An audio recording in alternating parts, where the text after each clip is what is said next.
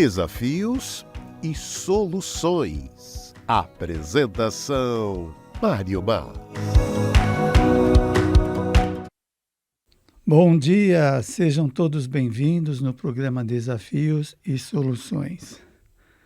Você é bem-vindo para refletir conosco a respeito da nossa existência maravilhosa que nos propicia crescer, desenvolver nossas qualidades, talentos, através do enfrentamento da vida. Esse conhecimento que o Espiritismo traz, né? Porque muitas vezes nós guardamos uma imagem, uma visão da personalidade como uma coisa estática, que nasceu desse jeito e vai ser sempre assim, que não muda, que não melhora. E o Espiritismo, ele se sobrepõe a essa visão caótica e, por que não dizer, essa visão imatura da evolução, que mostra essas restrições temporárias como uma coisa definitiva. O Espiritismo mostra que nós estamos na escola evolutiva, desenvolvendo as nossas qualidades, os nossos talentos. E quanto mais ampliamos tais qualidades, mais enxergamos a vida, mais somos coerentes com o comportamento moral e ético, de modo a não gerar problemas no nosso, digamos, destino ou na nossa trajetória. Bem, esse texto ele é muito profundo, do Manuel Filomeno de Miranda, psicografado pelo Divaldo Pereira Franco. O livro se chama Temas da Vida e da Morte. Compre esse livro, que ele é muito profundo, esclarecedor a respeito da programação reencarnatória, da vida psíquica, da vida de um modo geral. E neste capítulo ele fala sobre as tendências, aptidões e reminiscências que nós trazemos ao reencarnar, né? Isso mostra que a presença dessas qualidades, desses talentos, existe vida anterior à existência atual que formou essas qualidades, essas características desenvolvidas do espírito. Ora, eu não posso nascer com um talento se eu não fiz nada para incorporar esse talento, desenvolver esse talento dentro de mim. Se eu não fiz nessa vida, eu fiz em vidas anteriores. E aí eu acho que muitos cientistas se deparam com uma incógnita para eles, porque você pega uma criança de 6 anos, outro dia eu estava vendo no YouTube, de 4 ou 6 anos, tocando música clássicas no piano, ele nem se enxergava direito ele no piano, de tão pequeno que ele era. E de onde vem essa aptidão, essa capacidade de tocar piano? Vem de experiências anteriores. Muito bem, olha só o que diz o Manuel Filomeno de Miranda. É inegável que os característicos adquiridos são transmissíveis e que os filhos, os descendentes em geral, herdam de pais e ancestrais as parecenças físicas, a morfologia, as posturas e outros sinais de identificação, o mesmo não ocorrendo nas áreas psíquicas, psicológicas e emocionais. Deixa eu baixar o som do celular aqui, para não vir nenhuma ligação. Pronto. Olha só, gente, essa colocação. É inegável que os caracteres adquiridos são transmitíveis, as características físicas, né? As disposições físicas, e que os filhos, os descendentes em geral, herdam de pais e ancestrais as parecenças físicas, a compleição física, né? Às vezes os olhos, o cabelo, o rosto, o corpo de um modo geral, são características herdadas dos ancestrais, dos pais. Mas, veja bem, as posturas e outros sinais de identificação. O mesmo não ocorre nas áreas psíquicas, psicológicas e emocionais. Ou seja, nós não herdamos dos nossos pais, dos nossos ancestrais, estas características psíquicas, psicológicas e emocionais. Estas são nossas.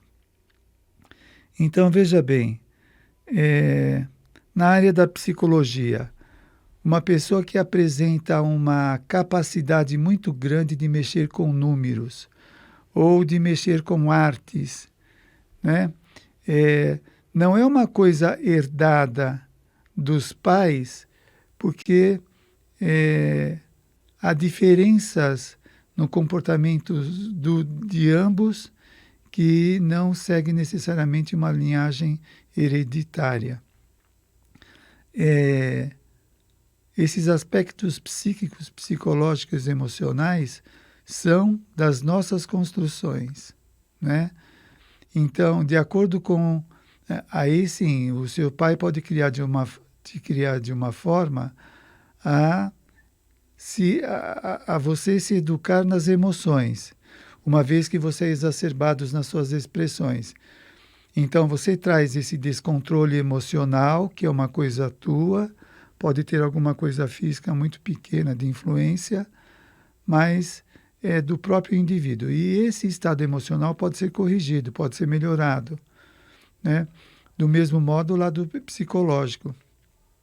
Digamos que o indivíduo seja uma pessoa introvertida e não consiga se relacionar com ninguém. Ela pode aprender a ser extrovertida, trabalhando as suas fantasias, medos, autoimagem, para ela não ter mais receio ou medo do outro, de acordo com as crenças que ela tem, os valores, etc. Quando isso é trabalhado, então ela pode melhorar. Bom, é uma herança que nós herdamos de nós mesmos. Então, veja bem, todo o esforço que eu fazer agora para me tornar uma pessoa sociável, amistosa, mesmo com dificuldade, isso passa a ser um patrimônio meu, uma conquista pessoal, que pode ter a ajuda dos meus pais, dos amigos, da terapia, etc. Mas nós não podemos jogar a responsabilidade pelas nossas disposições aos outros. Meu pai que me fez assim, minha mãe que me fez assim, não. Eles contribuíram com a parte orgânica, a parte física. Você traz o seu psiquismo e as suas outros característicos, fatores, como fruto do seu próprio esforço. Então vamos lá. Olha só, pais geniais e antepassados doutos não geram necessariamente filhos sábios, tanto quanto artistas e guerreiros não propiciam símiles, não procriam símiles iguais. Está claro aqui, né? Mas vamos degustar, vamos destrinchar a colocação para o nosso entendimento. Quando os pais são geniais, não quer dizer que os filhos serão também. O pai é genial porque ele desenvolveu isso no passado e no presente. Às vezes ele pegou ou se propôs a ajudar o filho, que é às vezes ignorante, inculto,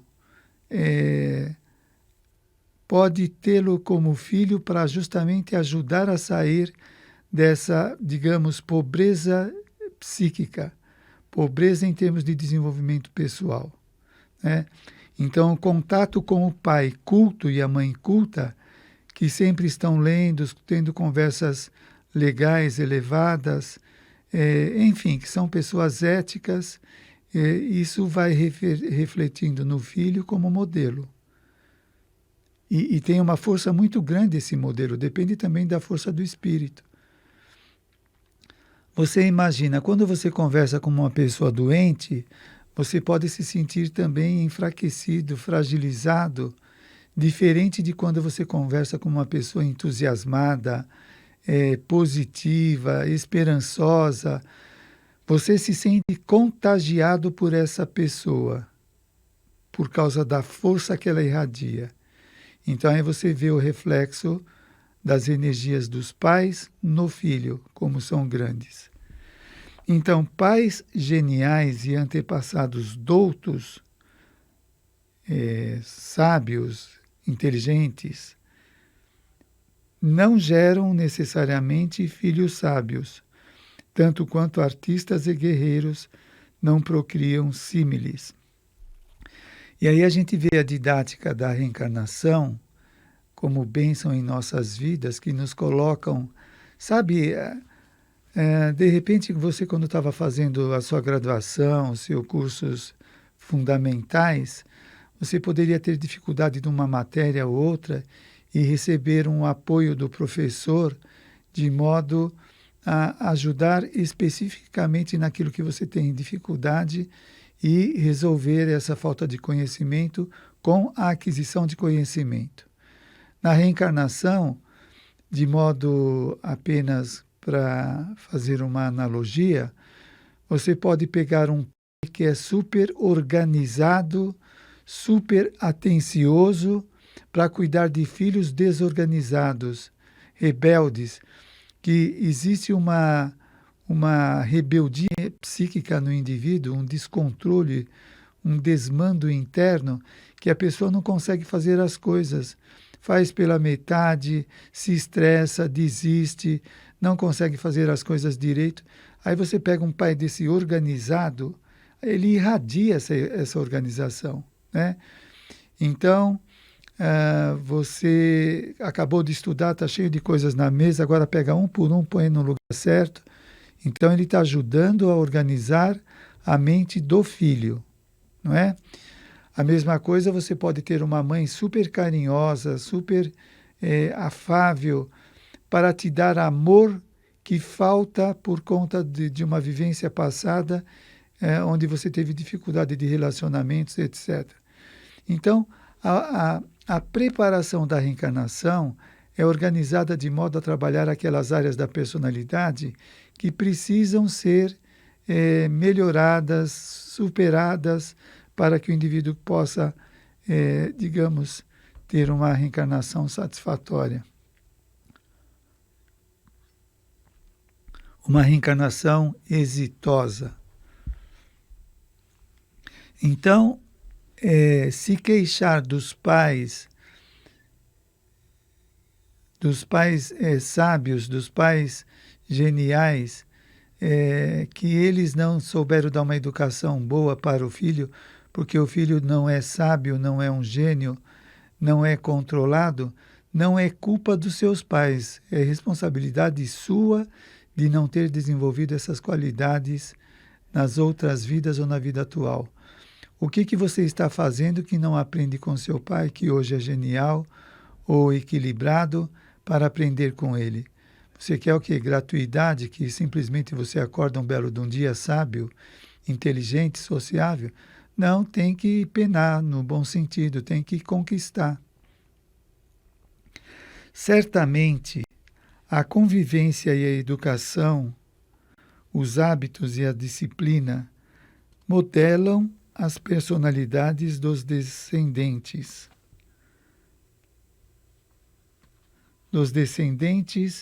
Plasmando às vezes pela violência emocional características que parecem herdadas sem que o ser traga nas paisagens íntimas essas habilidades ou determinações.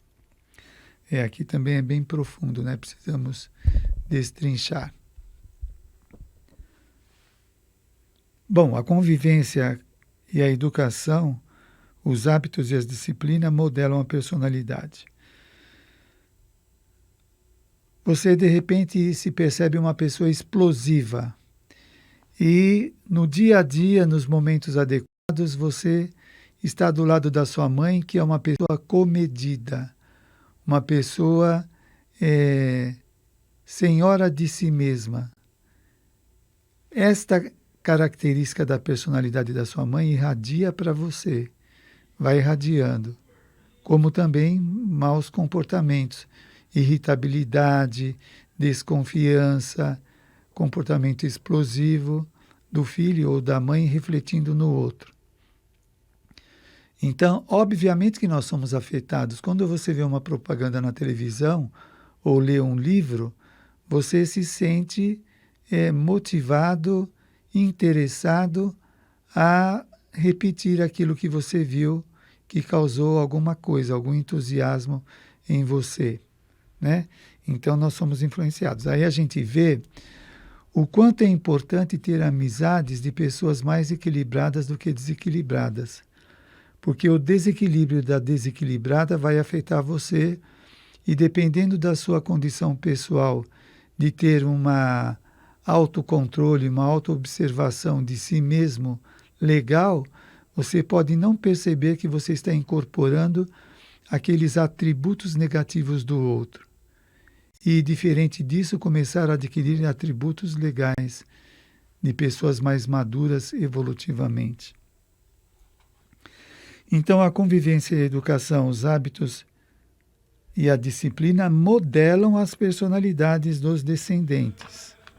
Influencia, reflete bastante, plasmando às vezes pela violência emocional características que parecem herdadas, sem que o ser traga nas paisagens íntimas essas habilidades ou determinações, por conta da influência.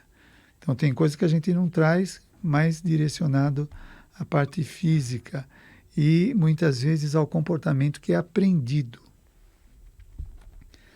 De igual forma, homens incultos e viciosos não reproduzem vidas caóticas semelhantes, exceto quando degenerescências físicas impõem limitações e distúrbios de variada ordem. Então vamos reler aqui. De igual forma, homens cultos e viciosos.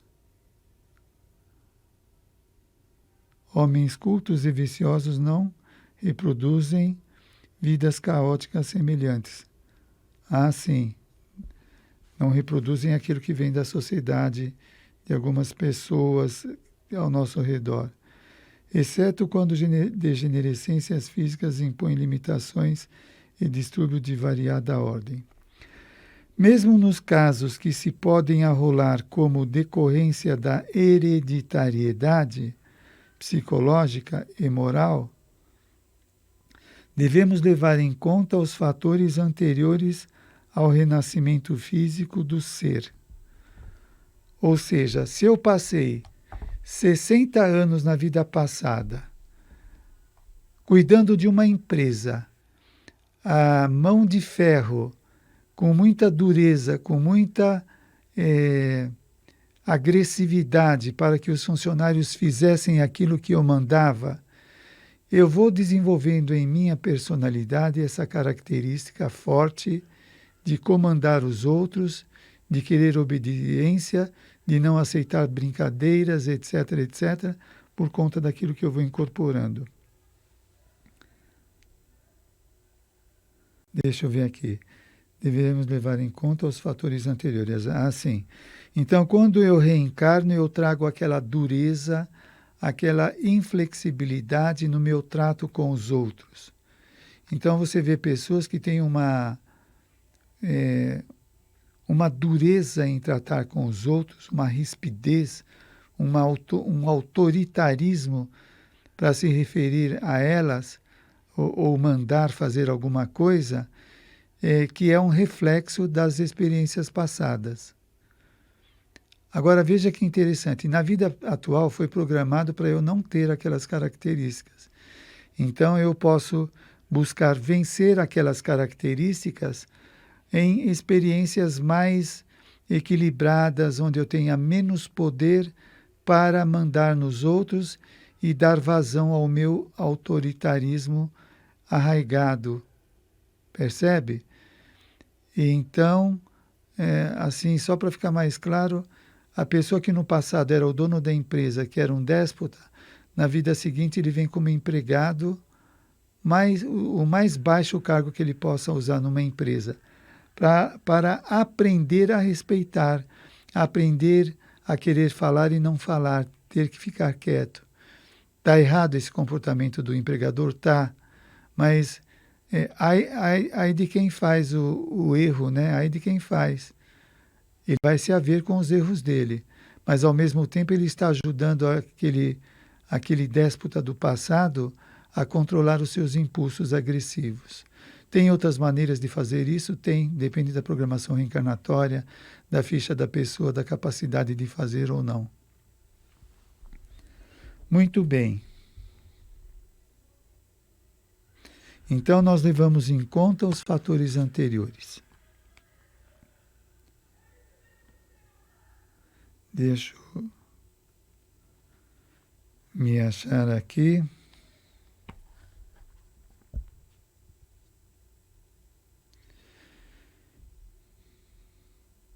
Aqui eu já li. É evidente que os processos da reencarnação se fazem mediante as leis de afinidade espiritual, por impositivos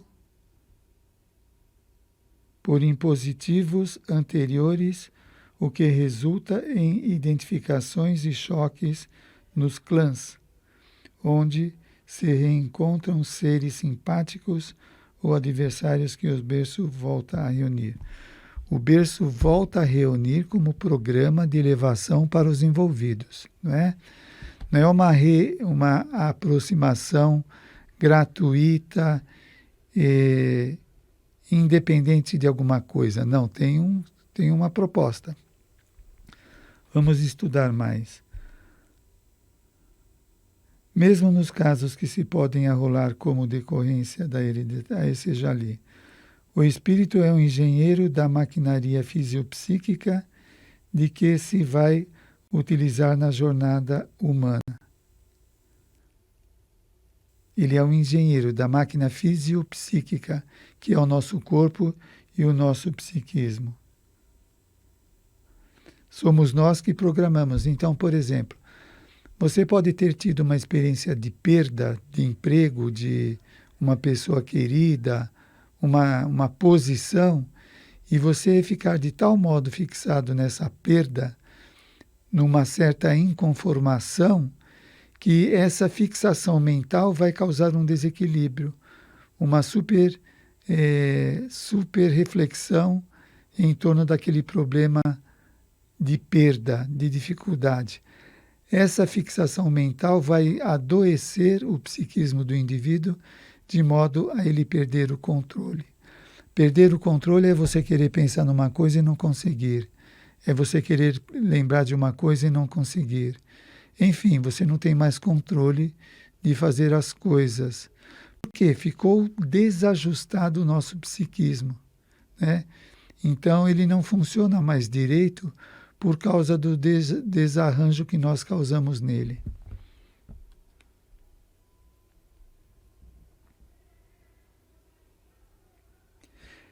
É evidente que os processos da reencarnação se fazem mediante as leis da afinidade espiritual, já tinha falado, por impositivos anteriores, que faz uma pressão na personalidade atual, os impositivos anteriores, o comportamento que eu tinha no passado, o que resulta em identificações e choques nos clãs, identificações com um e choque com o outro.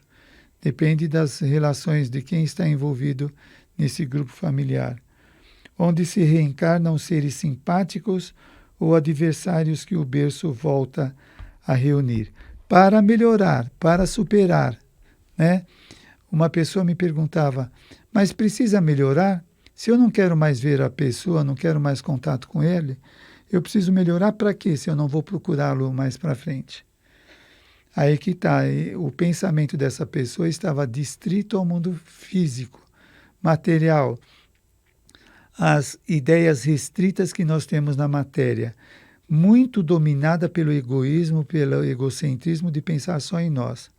Quando a pessoa desencarna, ela vai ver os compromissos que ela tem com os outros, dos males que praticou, e que somente através da reparação ela consegue ter uma mente equilibrada, porque se ela não está equilibrada, ela fica revivendo intimamente os tormentos que ela provocou no outro.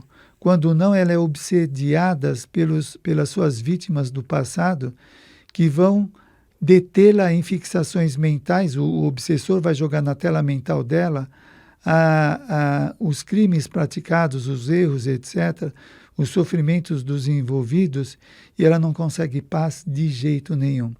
Lembrando aqui da Ivone Pereira, quando ela vai visitar uma região espiritual, ela já desencarnada, uma região, agora não sei se ela estava desencarnada ou encarnada, e ela encontra uma casa que tinha uma mulher cuidando de 10 desencarnados desequilibrados, totalmente desequilibrados. E eu lembro que ela pegou uma vasilha, colocou comida para dar para um deles. Ele pegou o prato com a comida, ele estava com uma fome danada reclamando disso. A hora que ele pega o garfo e põe a comida na boca, a comida se transforma em carne sangrenta, que fazia parte das vítimas dele. Olha só a mente. Ele assassinou alguém, isso ficou marcado na mente. Depois de passado muito tempo, quando ele ia comer alguma coisa, vinha na imagem mental dele o assassinato que ele cometeu, o sangue, os choros, a dor. Então, enquanto ele não limpa isso internamente, como que ele vai ser feliz? Como que ele vai estar bem? Não, tem que resolver essas questões internas. E talvez a pessoa difícil que você tem que trabalhar é o seu pai, é o seu marido, a sua esposa, que hoje você não quer ver, mas quando desencarna, vê os comprometimentos que você tem com ela, com a pessoa, você vai pedir ajoelhada, por favor, deixa eu reencarnar para ajudar essa pessoa. Ou uma outra situação é ajudar por abnegação. Mesmo que a pessoa não gosta de você, não te tratou bem, se você tem uma certa elevação espiritual, fora do corpo tem mais ainda, provavelmente, você vai ter compaixão daquela pessoa. Muda os sentimentos por causa do nosso crescimento, da nossa melhoria.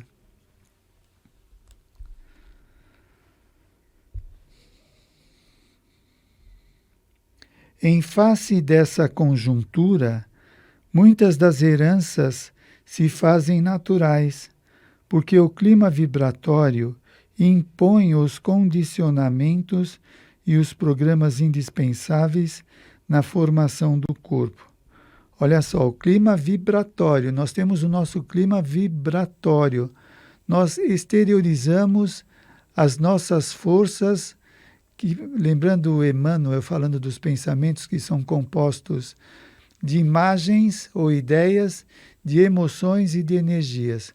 Quando eu exteriorizo isso, eu vibro isso, isso vai carregado do meu estado, das minhas necessidades. As aptidões e tendências só raramente correspondem às leis da hereditariedade, especificamente hoje, quando as opções para a conduta e a ação se fazem um leque imenso de possibilidades, ensejando a identificação do homem com as suas próprias realidades. Entendeu? Não? Ou entendeu? Vamos reler novamente. Não temos pressa, a ideia é conseguir assimilar aquilo que for possível no nosso tempo de 1 hora no programa. As aptidões e tendências. A aptidão para pintar não é um dom, é uma conquista. A aptidão foi desenvolvida, foi realizada pela pessoa. A mesma coisa as tendências. A tendência para ser pacífico, a tendência para ser agressivo, a tendência para o vício, etc. São qualidades do espírito que foram conquistadas por ele mesmo. Então, as aptidões e tendências só raramente correspondem às leis da hereditariedade. Por exemplo, ter um corpo favorável a determinado esporte, a ser um atleta. Nesse caso, a hereditariedade poderia entrar aí, mas não no fator psíquico. Especialmente hoje, quando as opções para a conduta e a ação se fazem um leque imenso de possibilidades, ensejando a identificação do homem com as suas próprias realidades. o acesso que nós temos a instrumentos diversos para se desenvolver em todas as áreas da personalidade. No passado, a falta de comunicação de massa, a ausência de contatos sociais, imprimiam como tendências o que eram hábitos dos grupamentos familiares, que impunham nos nascituros e crianças um roteiro de realizações que se lhes incorporava em positivo, difícil de evitado.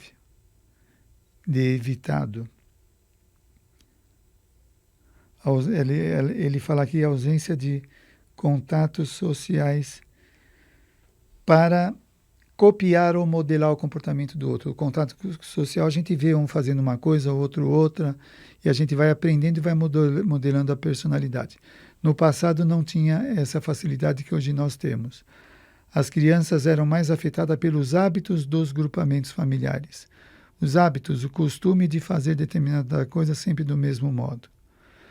Não obstante, as exceções demonstram, nos gênios como nos idiotas, a independência do reencarnante em relação às matrizes genéticas.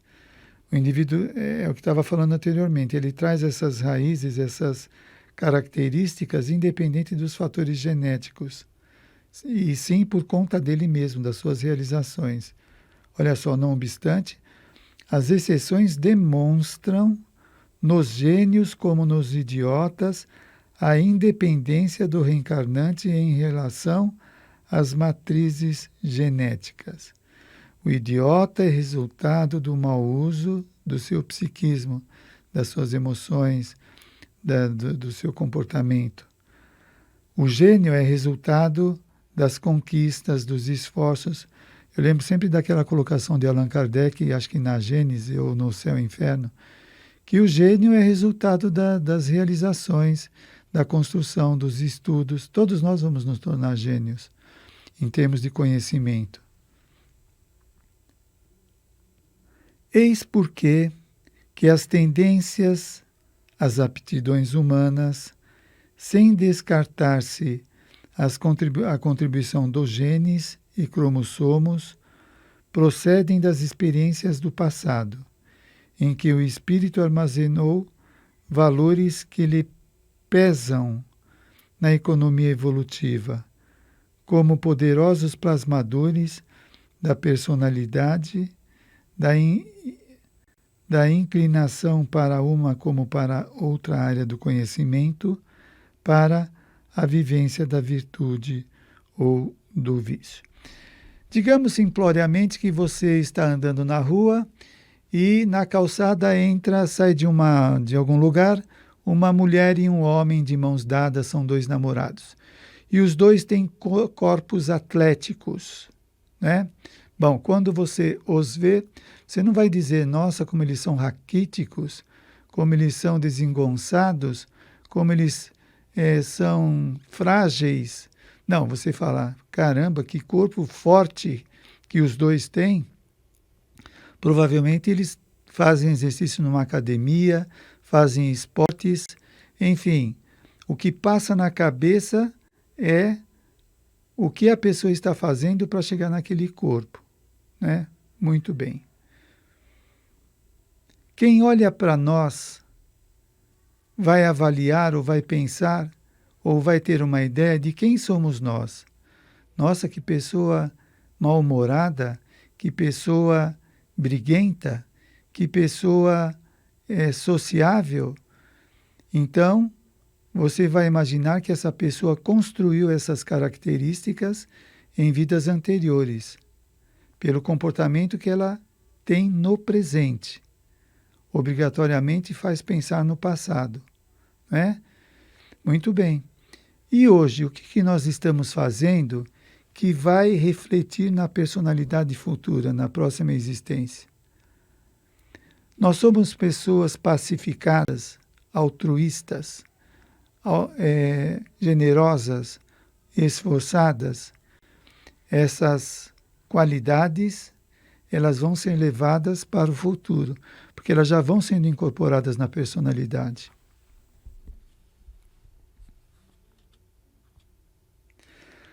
Dramas e tragédias, crimes e ações nefandos, que passaram ignorados ou não justiçados pelos códigos humanos, convertem-se em processos psicopatológicos que se manifestam em forma de desequilíbrio no indivíduo, sem que haja fatores ancestrais que justifiquem o desconcerto.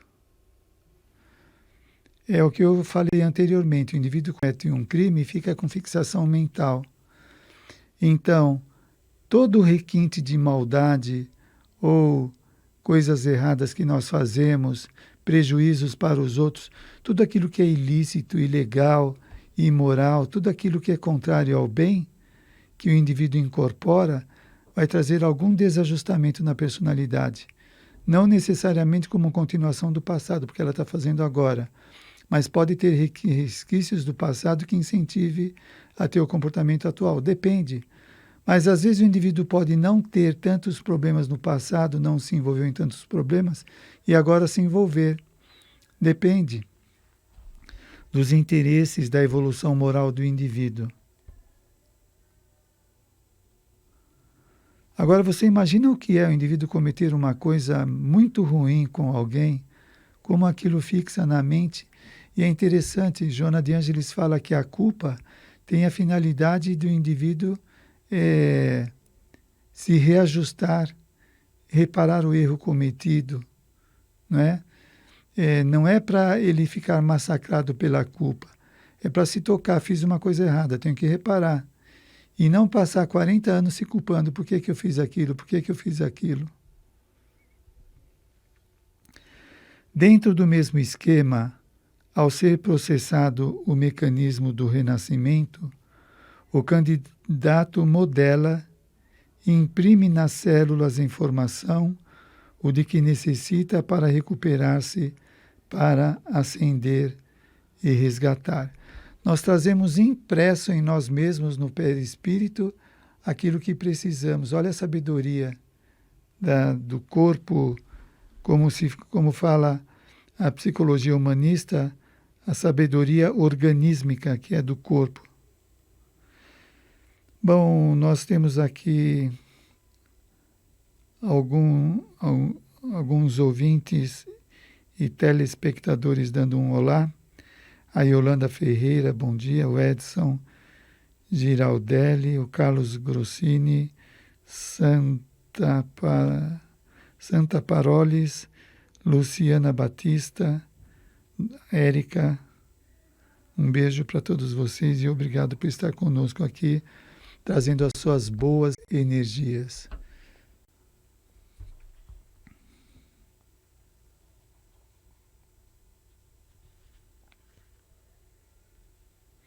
Bom,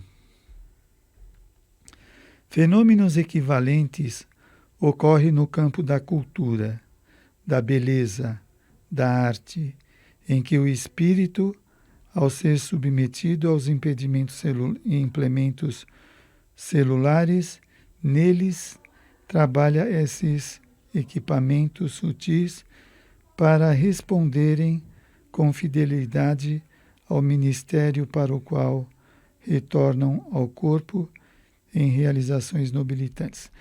Lembrei aqui de duas colocações interessantes. A Ivone aqui está falando que o espírito reencarnante vai imprimir no corpo a informação,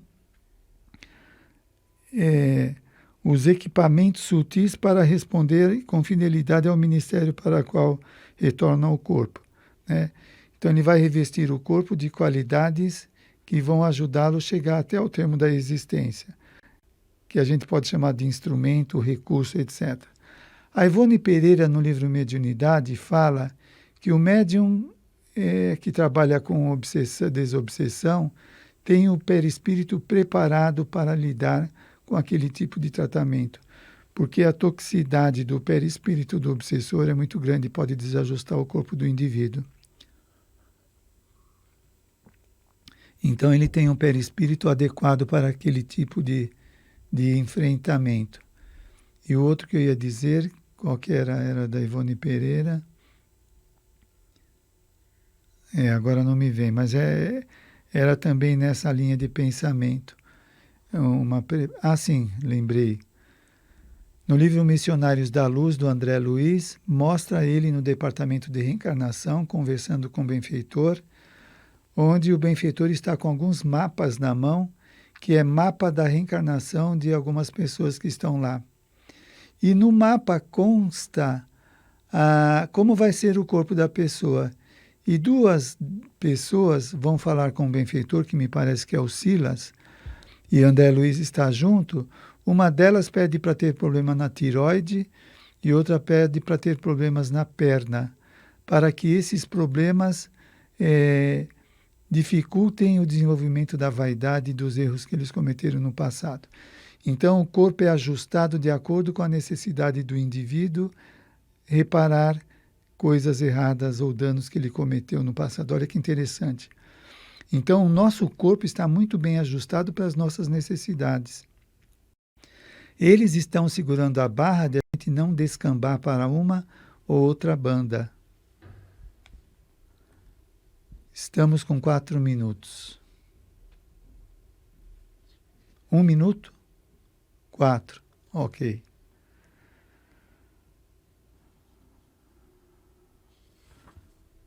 As tendências e aptidões atuais são reminiscências do pretérito de cada qual. Quer saber do nosso passado?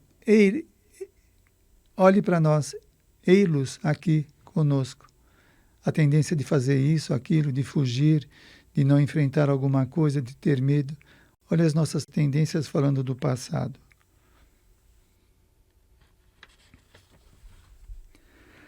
As tendências e aptidões atuais são reminiscências do pretérito de cada qual. Tudo a que se aspira e se realiza, olha isso que é importante, sem aprendizagem atual, procede de experiências transatas, que se encontram íncitas no ser e desabrocham como indicação, como inclinação, impulso, compulsão, mais poderosos do que o meio onde a criatura se encontra localizada. Porque, por exemplo, a psicologia comportamental diz que o nosso comportamento é diretamente resultado da influência ambiental. Totalmente. Que o nosso cérebro não tem mente, nós não temos uma mente para a psicologia comportamental como nós vemos no Espiritismo e na própria psicologia. Olha só, eu vou repetir porque é muito importante. Olha só.